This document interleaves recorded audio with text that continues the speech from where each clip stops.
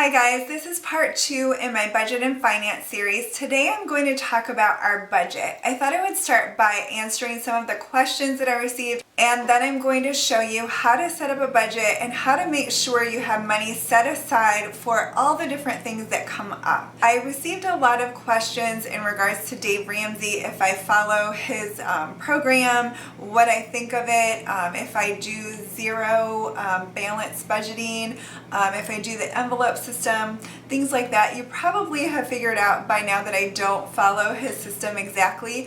I did read 2 of his books about 4 years ago. I borrowed them from a friend, so I don't have them to quote him or anything.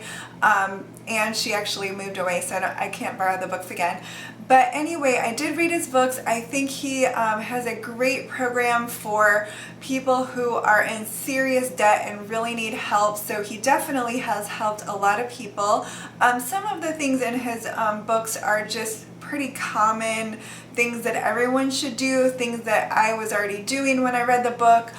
Things that my parents taught me, things I learned in school, and then some things I don't necessarily do just because they don't really work best for us. But that isn't to say that I don't think he has a great program and has helped a lot of people. I think with any budget, you kind of hear different ideas, and sometimes they're just reminders, and then you find what works best for you. So I hope that when you watch my finance videos that you can take some things away and just make it work for you. I was also asked if I knew of any free online budgeting programs where it just automatically keeps track of everything for you. The one that I found to be the best, and please look up this on your own and make sure that you're comfortable with putting your information in and all of that. I don't personally use it, but I found Mint, and it has really great ratings, and there is an app for your phone and everything. But like I mentioned, make sure that you feel comfortable putting all your bank information in and read up on it before you use it, because like I mentioned, I don't personally use it, but it did look like a good one for me. We are kind of old school. We just use pencil and paper and do our budget that way. You can, create a spreadsheet for yourself, use an online program, use pencil and paper, whatever, but it all basically is the same, where you add up all of your expenses and your income and kind of see what's left and adjust accordingly. So the first thing you need to do when you create a budget is to know exactly what's coming in every month. And that's pretty common sense, but just basically look at what is being taken out of your check and what you have left. So for some of us, we have things like life insurance, health insurance, 401k, things like that taken out of our check. So those wouldn't be in our budget, and some of us don't have anything but taxes taken out. So just know exactly what is being taken out of your check, know exactly what your income is. Now, some of you asked, what do I do if my husband or my income fluctuates every month? And John and I have the same thing. We don't have the same exact money coming in every month. I have had jobs like that most of my life, so I'm kind of used to it. And that's one of the reasons we don't do zero balance budgeting, is because it's always changing, and it would just make it way too complicated for us. You can do a couple different things if your income fluctuates. You can look over a 12-month period and see what your income is each month and get an average and base your income off of that. Also, if you get commission, a lot of times you will know based on the sales that you've made what your income is going to be. My husband gets commission as part of his pay, but he gets paid 2 months after he makes the sale, so he can pretty much know what he's going to pay, and we just kind of budget on the low end, and that way there are no surprises. So you could do it both ways, either an average, or based on what your sales are.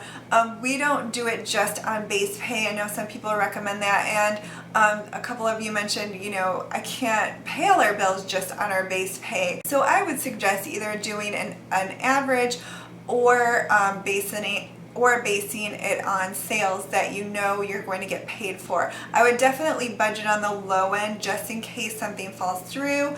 And for us, what we do is we keep a buffer in our checking account. So if one month, you know, he made great sales and he gets paid a lot, we'll just leave the money in our checking account to make up for maybe the next month or 3 months down the road, he doesn't make quite as much in commission, and that way we're never, you know, scraping by or anything. So those are just some tips if your income fluctuates like ours does. So once you determine how much is coming in, what's being taken out of your check, you need to know exactly what your bills are. If you don't have a budget already, the best way to do this would be to look through your checkbook and see, you know, everything that you're writing a check for and everything you're using your debit card for. Look at all of your statements and get your minimum payments, you know, everything that you pay out, you need to have in your budget. Also, look at your spending. I mentioned this in the last video I did. See what you're spending on groceries. See what you're spending on eating out. See what you're spending on every little thing. If you go out for coffee or lunch, or if you spend money at the movies, or if you get your hair done, every single thing that you spend money on, you need to add to your budget, because if you don't, you're going to be spending a lot of money and then you might not have money to pay your bills. So just look over everything, make sure you include everything. So I'm basically going to show you everything that could be included in a budget, everything that you need to think about and have money set aside for. Now, I'm not showing you an actual budget with numbers. I thought about doing that, but I thought it could be a little confusing because some of these items are not going to apply to you. Also, use whatever works best for you. If a pencil and paper works best for you and you're going to keep up with it, use that. If you want to create a spreadsheet and that fits your personality, or an online service, whatever works best for you, whatever you're going to stick with. I just wanted to show you the different items that you should include in your budget. Some of us are going to have money already taken out of our check for our 401k or retirement plan, health insurance, life insurance. And for us, we have money that is taken out automatically for our children's college savings fund. So those things aren't on our budget, but we are you know, paying towards those, and those should definitely be included. Those are very important things. And like I mentioned, we aren't all going to have all of these things. This is everything I could possibly think of that you would have going out. So for some of us, the first thing would be giving. If you give to your church or you tithe, you know, definitely include that, because that is going to be money that you are going to take out of your check. For most of us, our largest expense will be our mortgage or our rent. And be sure to include taxes and homeowners insurance or renter's insurance if that's not included in your mortgage payment. And then for us, we have tuition for our children's private school. I know that doesn't apply to everyone, but that would be our next largest expense. And then groceries. Now, some of you asked, you know, how do you determine how much to spend? Just go by what you are currently spending. If you want to, you know, lower that amount, just be sure that you have enough in your budget. Everyone needs to eat. This is an area that you can cut if you need to. But definitely, you know, make sure that you're not always going over your budget, because it will just be frustrating. I would budget, you know, what you're spending now, and then if you want to try to cut that down, you know, do that. Also, some of us budget groceries and household items all together, and some do it separately. Whatever works best for you. For me, I like to have it just all combined because I am buying our household items with our groceries, and it just makes it easier instead of having to separate it all. And I kind of know, you know, how much I spend on all of it together. It just makes it easier for me. But say you buy all of your groceries at the grocery store and you buy all of your household items at Target, you could definitely separate that, whatever works best for you. The next is a college savings fund. I definitely think that this is important so that your children don't have to take out student loans if that's something that you want to avoid. This is important to us, so that is an item on our budget. And the next is savings. I definitely think it's so important to save money for retirement, but also to have money set aside for different things, whatever that might be. And I'm going to talk about some more things like vacation and Christmas and stuff like that. I definitely think we all should be saving, having money set aside in case of an emergency. For us right now, we are saving to purchase a new home and saving for things like furniture and stuff like that. So we actually have an account where the money is directly deposited into that account, and that way it's not in our hands or in our checking account, and that makes it easier for us to save. So if you are saving for something big and you need to put a good amount of money aside each month and you definitely don't want to spend it, I think the best way is to have it directly deposited into a separate account. That's what we are doing, and it seems to work well because I know I could always justify buying something for the house, but if all the money is just directly deposited, then I don't have it in my hands. I don't even have it in the checking account, and it makes it harder to spend. So that's just a tip if you're saving for something big. The next item is gas. Now I would just go on what you are currently spending. Just look at your checkbook. Most of us probably have jobs where we can, budget how much we spend each month, because we're basically traveling the same amount each month. If you are like us and it fluctuates, I would just budget high, and then if there's some left over, then you can carry it over or whatever. The next item is phone, cable, internet, Netflix. I know there are different subscriptions available. Whatever money is going out for these things, you need to include in your budget. Sometimes, Netflix is only $7 or $8, but it's $7 or $8 that needs to go in your budget. So include everything that you are spending money on. The next item would be a car payment or car payments. Now, if you do not currently have a car payment, obviously cars don't last forever, so I would still include that. I would still put money aside for a car. If you, don't have a car payment, you should definitely be setting aside a certain amount each month if you can, so that when you go to purchase a car, you either have a down payment or you can pay cash for it. So still include that even if you don't have a car payment. The next item is car insurance.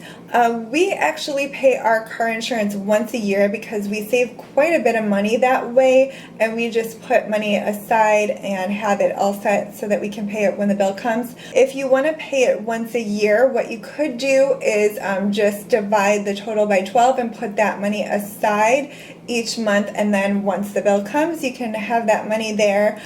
You could also, if you can't quite make it on once a year, every 3 months, you still save quite a bit, even if you only pay it every 3 months or every 6 months.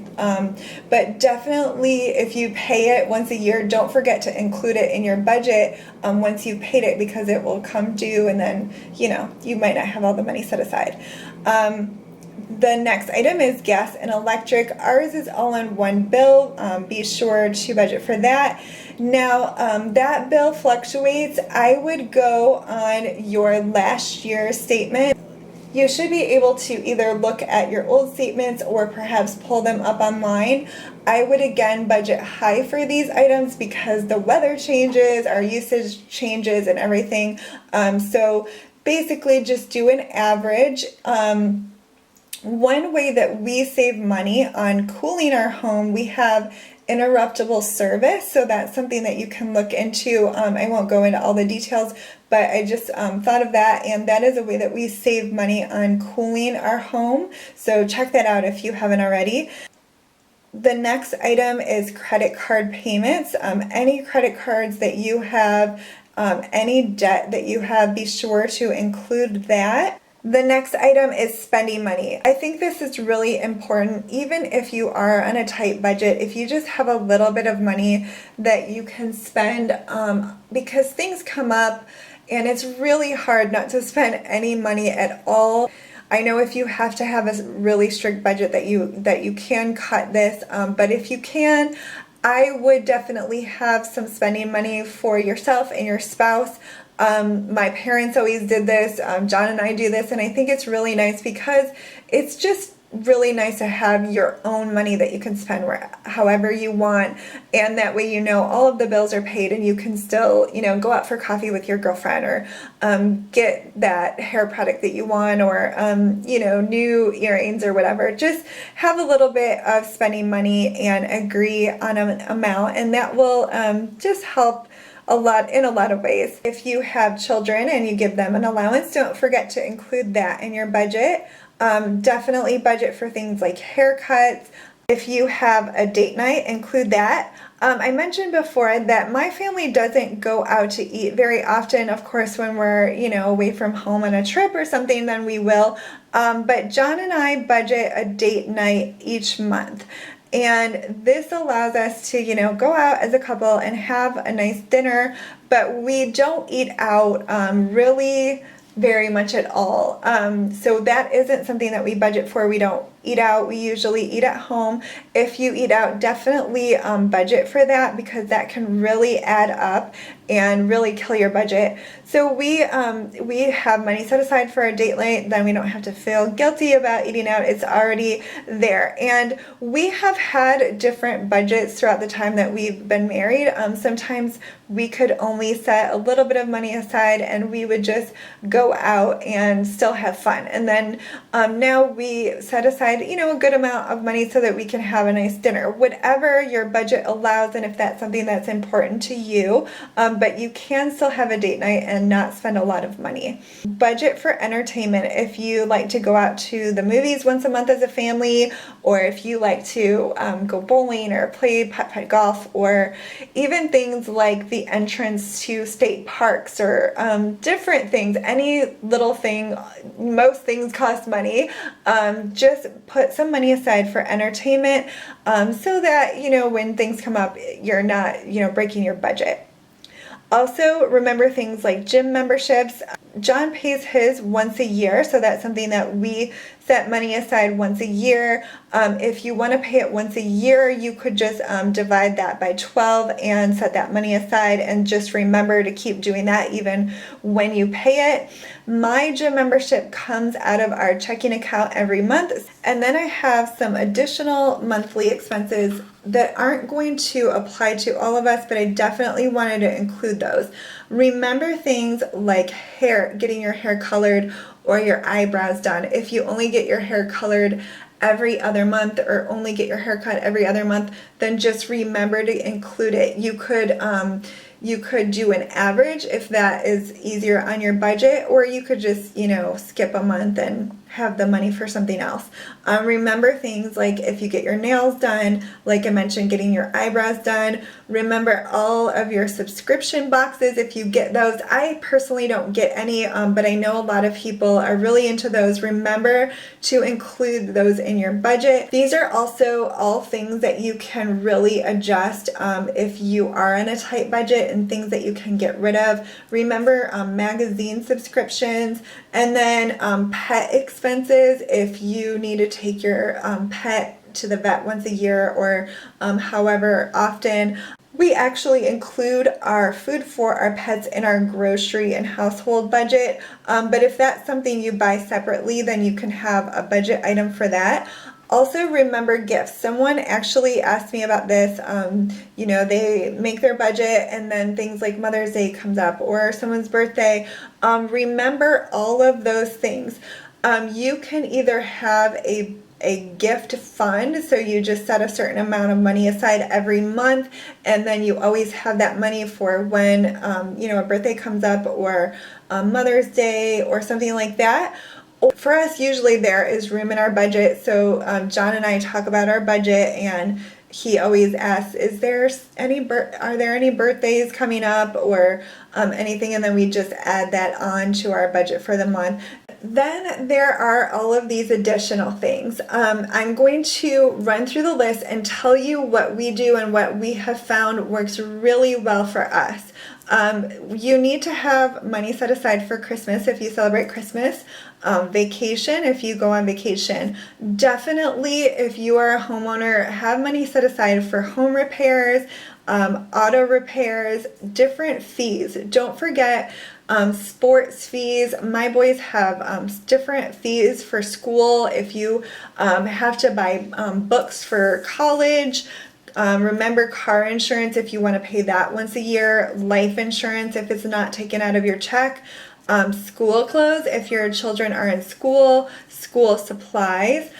Things like car registration can really sneak up on us, and then, we have to dig that money out of our budget.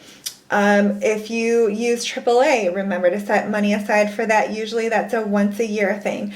And then also remember to have money set aside for the deductibles for your auto and health insurance.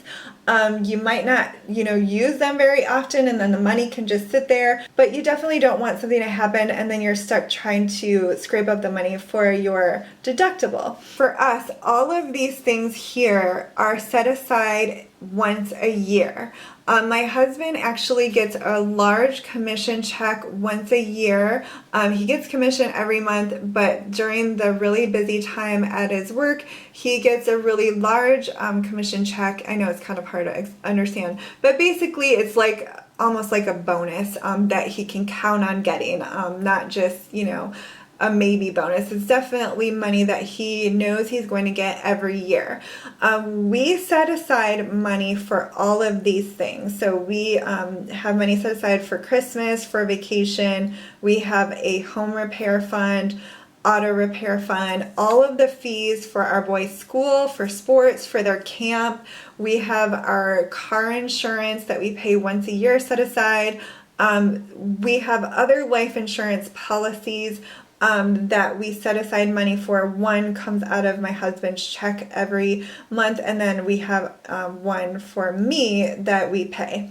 And then we set aside money for school clothes, school supplies, both of our car registrations, AAA. We have money set aside for the deductible for our health insurance, for our car insurance, and that way, we know we have all of that money. And then we are also, like I mentioned, saving to buy a new home. So we have money set aside for that as well. If you don't have an income like that where you get a bonus that you can count on every year, or, you don't have a large tax return or something like that, what you could do is just remember all of these things, add everything up, divided by 12, and set that money aside.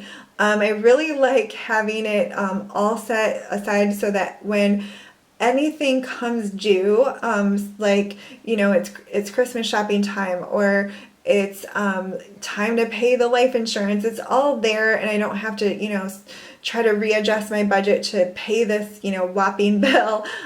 So however you do it, just remember these items and make sure that you're setting aside money for those things. I also wanted to mention, when you prepare your budget each month, just talk it over with your spouse if you're married, and just try to remember anything extra that you're going to have to pay for. We also have a cash fund or miscellaneous fund, because we have teenage boys and they have things like youth group activities where they need, $3 for pizza, or they are going here or going there, and we don't always know ahead of time exactly what money we're going to need for those things. So we just have some money set aside, and that way when they need, $3 here or $10 here, all of that is included, and we don't have to try to, readjust everything because they need $5. I also try to remember, things like field trips or birthdays, like I mentioned. Just really look over your calendar and remember to include everything, and that way you're not constantly, readjusting your budget. Once you have all of your items, you know exactly what your income is, you're going to add everything up and see if your income is more than your expenses. Obviously, if it isn't, there really isn't any magic formula. Basically, you either need to make more money or you need to decrease your budget expenses. And there are a lot of ways that you can do that. I'm going to talk a lot more about that in other videos, but basically things like your cable or your phone package, internet, Netflix, any subscriptions that you have, eating out, you can really, reduce your spending money, reduce what you spend on Christmas. Of course, if you celebrate Christmas, you definitely want to get Christmas gifts, but also you don't want to get into more debt over it. So just look over your budget and make sure it all adds up. If you have extra, we just leave ours in our checking account. Like I mentioned, we don't, get a zero balance for everything because our income fluctuates. If you have extra, you could leave it in your checking account just in case things come up, or you can put it in your savings account. That is completely up to you. I hope that was helpful for you guys. I know we all have different budgets and different things that we need to pay for.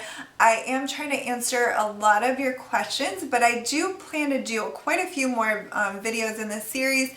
But if you have any more questions, feel free to comment below and I will try my best to answer those in future videos. Thank you so much for watching.